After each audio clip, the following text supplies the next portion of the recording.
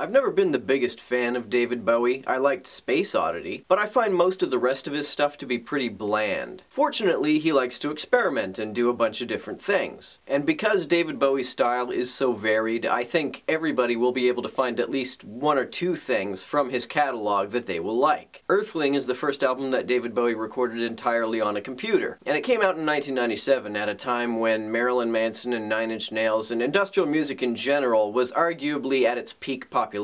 And this album really rides that wave. Nine Inch Nails even went on tour with David Bowie to promote this album. While the music industry tried to find a bunch of Nine Inch Nails knockoff bands to try to cash in on the popularity of industrial, David Bowie's venture into industrial music doesn't sound like a knockoff or a rip-off at all. When this album came out, there really wasn't all that much of a question about the credibility of David Bowie as an industrial music musician. And I have been disappointed that he has rarely revisited this style of music in his subsequent albums. The song that of course everybody remembers off of this album is I'm Afraid of Americans. Trent Reznor is in the video and it's awesome, and nowadays Nine Inch Nails will often cover this song on their tours. While that's the single that's arguably most remembered, the highest charting single on the UK charts anyway, is the first track, Little Wonder. This is a fun drum and bass sort of song with a video by Floria Sigismondi, the person who directed Marilyn Manson's videos Tourniquet and The Beautiful People. Other than I'm Afraid of Americans, my favorite song on this album is Dead Man Walking. Among all the tracks in this album, that song has the biggest and most ambitious sound. I also like Looking for Satellites. In that song, Bowie dubs his voice over his voice so many times that it creates this huge, big, fat chord. So when I hear people say that they've never really understood David Bowie or they didn't really get his popularity, I usually recommend to them this album. A lot of his other stuff I've never really been into, but this album I have always enjoyed.